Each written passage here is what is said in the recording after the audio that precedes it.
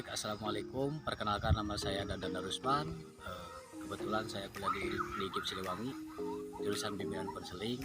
Dan sekarang saya akan melaksanakan tugas dari kampus, yaitu KKN, ya, kuliah kerja nyata. Di mana pada kesempatan kali ini saya akan mengobservasi beberapa keluarga. Ada 3 keluarga yang akan saya cari tahu bagaimana kondisi keluarganya dan bagaimana kondisi pembelajaran anaknya di masa pandemi yang sekarang. Hambatan apa sih yang dirasakan ketika orang tua ketika pembelajaran di masa pandemi seperti ini. Lantas teknologi apa yang sulit bagi mereka terkait pembelajaran yang sekarang. Mungkin hanya itu yang saya bisa jelaskan. Lebih lanjutnya kita ke TKP. Terima kasih.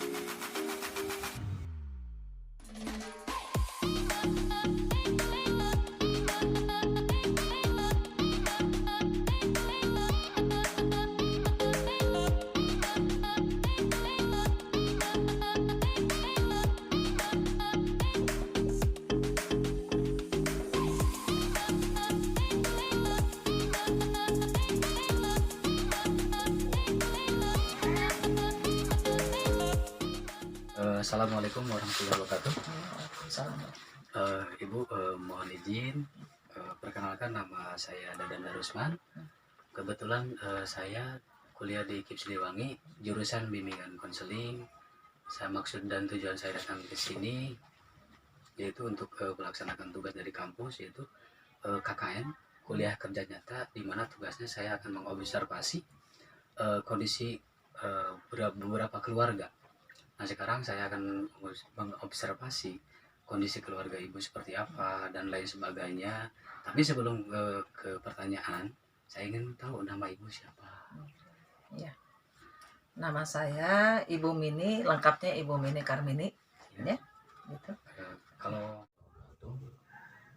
nama saya Bapak Udan, tinggal di Kampung Tenggik, RT 02 RW 0. nama bapak saya Bapak Dejana. Kalau lebih pekerjaannya setiap hari swasta ya, buruh ya. Ada beberapa hal yang saya akan tanyakan terkait kondisi keluarga ibu di masa sekarang, ibu ya. Kondisi keluarga ibu, anak berapa dan lain sebagainya. Kondisi keluarga saya punya anak 4, 2 putri, 2 putra. Gitu. Untuk kondisi keluarga saya terutama ya di masa menghadapi pandemi saat ini, kebetulan kan pandemi sudah hampir mau 2 tahun, tapi berbagai macam reaksi dari setiap keluarga banyaknya karena kasus pandemi seperti ini. Tapi alhamdulillah kondisi keluarga saya saat ini tidak terganggu dengan adanya pandemi seperti ini, walaupun ya sebetulnya banyak hal, banyak kondisi yang dialami. Melihat kondisi yang sekarang di masa pandemi, banyak mungkin lah di sekolah-sekolah manapun belajar online lewat HP. Ya. Melihat kondisi tersebut, menurut ibu kondisi belajar anak seperti apa menurut ibu? Melihatnya. Melihat kondisi anak sekarang ya, cara belajarnya. Cara belajar. Ya sangat memprihatinkan tuh, karena membuat anak jenuh karena mereka yang biasanya bisa bertatap muka dengan gurunya, bisa bertatap muka sama teman-temannya, bermain sambil belajar ya. Nah, itu hilang semua, mau nggak mau ya, momen-momen yang kayak gitu. Oke. Seperti apa kondisi belajar anak? Untuk masalah pendidikan anak, kebetulan saya terus lihat di media sosial, baik di televisi maupun dari berita-berita yang lain di Indonesia, terutama karena sekarang itu diwajibkan masa belajar pandemi di saat pandemi seperti ini, belajar itu tidak boleh tatap muka. Jadi anak diarahkan untuk belajar daring, untuk dalam jaringan atau PJJ. PJJ itu kalau nggak salah pembelajaran jarak jauh. Jadi anak belajarnya di rumah, tidak boleh di sekolah. Nah, apa itu ya, memperhatikan lah di rumah. Cuman memperhatikan itu cuman kebebanan orang tua. Ada yang bisa kalau di pelajaran HP itu ya, ya, saya bilang memaksain itu ya, ada kuota beli itu. Lantas hambatan yang sering ibu temui ketika ibu membimbing atau misalnya bareng-bareng mengerjakan belajar sama anak seperti apa hambatannya kalau ibu lagi membimbing anak gitu? Hambatannya Iya. apa ya, hambatannya ya, jadi kembali lagi ke anaknya udah kadang ya itu kondisi ininya apa nggak apa, kadang-kadang moodnya ya, kadang-kadang bagus kalau dia ini bisa responnya enak gitu ya, tapi kadang-kadang ya udah nggak bisa nerima, dia kemana aja gitu, nggak ini, Iya, nggak fokus lah. nggak fokus dan Gitu ya. jadi hambatannya mungkin anak sedang fokus, Iya, nggak fokus lah dia itu nggak namanya. fokus ya. banyak hambatan lah, tidak setenang, tidak seenak belajar di sekolah, tidak seenak, tidak senyaman. Mungkin ada juga tahu belajar di sekolah soalnya mungkin dulu merasakannya. Jadi kan kalau kondisi anak seperti ini sekarang ya banyak ngeluh sih sebetulnya, banyak ngeluh dengan kondisi pembelajaran secara kurang baik pelajaran di rumah gitu ya, kurang baik, Tidak memuaskan mungkin tidak memuaskan hati saya gitu lah, anak-anak saya gitu. Juga kemungkinan pelajaran ataupun bahan siapa itu ya mau menurut atau nironnya gitu. jadi mungkin itu Kalau kesalahannya itu tidak baik itu kan cuma dari HP mah kan ragu gitu ya. Iya. Nggak ada contoh gitu. ada bukti fisik Ya keberatannya gitu aja. Iya, Cuman kalau dulu mah kan ada buat itu ya ada gambaran kan dia menghubungi orang itu. mungkin itu mungkin hambatannya aja.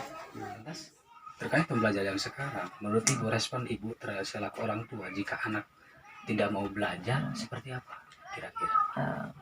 Kalau cara saya pribadi ke anak-anak saya, biarkan aja dulu dia. Kalau misalkan lagi jenuh, dia lagi nggak mau, biarkan dia. Saya kasih kebebasan. Tapi nantinya ada waktu yang memang saya janjikan ke anak yang memang harus dipatuhi, sekian jam harus kembali dan itu harus dipatuhi. Alhamdulillah. Gitu. Gitu. Oke. mau belajar karena anaknya ingin main terus yang kedua ibunya, terutama ya ibunya mamanya yang mau masak jadi terganggu karena harus membimbing dulu anak untuk belajar, sedangkan kan saya tetap harus bekerja walaupun dari rumah tetap bekerja, tidak bisa membimbing anak. Nah ini kesulitannya seperti itu, bagaimana saya dengan istri memberikan pelajaran kepada anak, ya saling bergantian lah. Kalau saya ada senggang waktu mungkin saya yang bimbing, kalau misalkan tidak ada, kalau saya sibuk mungkin sebisa mungkin istri saya yang bantu membimbing anak untuk belajar, untuk mendampingi anak. Jadi tidak serta-merta harus anak itu harus dimarahi atau gimana, moodnya kita, moodnya anak ini yang kita tahu nih, anak ini mau gimana ya terserah anak, yang penting kita dampingi. Ya, jika anak bapak tidak mau belajar, malas atau gimana, bapak melakukan hal apa gitu? Kalau nggak sakit mah nggak ada ragu-ragu, itu tidak ada gangguan gitu lah. Kalau tidak sakit, kalau sakit mah anak saya sakit nggak bisa belajar gitu. Kalau sehat mah belajar terus gitu. Kalau nggak ada malas gitu lah, kalau itu kesana kesini enggak gitu. Cuman dari rumah nggak tahu gitu nya, pelajaran dari sekolah kan tanggung jawabnya pak gurunya. Kalau di ruangan sekolah Ibu, cara mengatasinya seperti apa melihat kondisi tersebut? Mulai dari kendala ekonomi kan tadi sangat menurun, merosot drastis. Lantas kondisi belajar anak yang mungkin dalam pandemi ini dituntut untuk ya mau gak mau harus menaati peraturan, belajar kuota, tidak bisa bertatap muka. Menurut ibu gimana menanggapi hal tersebut? Yang menanggapinya ya itu kembali lagi ya menerima habis gimana ya, memang semua kondisi kayak gini kan tidak hanya di kita saja ya, Iya. tapi di seluruh dunia lah gitu ya. Satu sebisa mungkin kita punya ide, kita punya ya kita yang melakukan, ya kita yang memanage dengan benar gitu ya. Terkait kondisi finansial ekonomi kita, ekonomi keluarga, bagaimana caranya supaya kita tetap bisa bertahan hidup, bisa makan, terus bagaimana caranya supaya anak tetap mendapatkan hak yang belajar. Oke, baik. Setelah saya melakukan observasi, setelah saya mencari tahu hal dari beberapa keluarga terkait kondisi keluarga di masa pandemi, setelantas kondisi pembelajaran anak, ya, lantas hambatan-hambatan yang terjadi pada anak di keluarga tersebut, saya menarik kesimpulan bahwa mereka sebetulnya masih kesulitan terkait pembelajaran yang terjadi pada saat masa pandemi. Contohnya mungkin banyak hal yang terjadi di keluarga yang saya datangi, mulai dari hambatan-hambatan yang terjadi terkait pembelajaran online yang mungkin sangat membuat anak itu menjadi jenuh, bosan, dan malah tidak mau belajar. Nah, di sini mungkin saya akan memberikan solusi atau bentuk pengabdian kepada masyarakat, terutama keluarga yang saya datangi barusan, untuk memberi arahan terkait pembelajaran di masa pandemi yang sekarang. Mungkin lebih lanjutnya, mari kita simak pengabdian yang saya lakukan. Oke, let's go.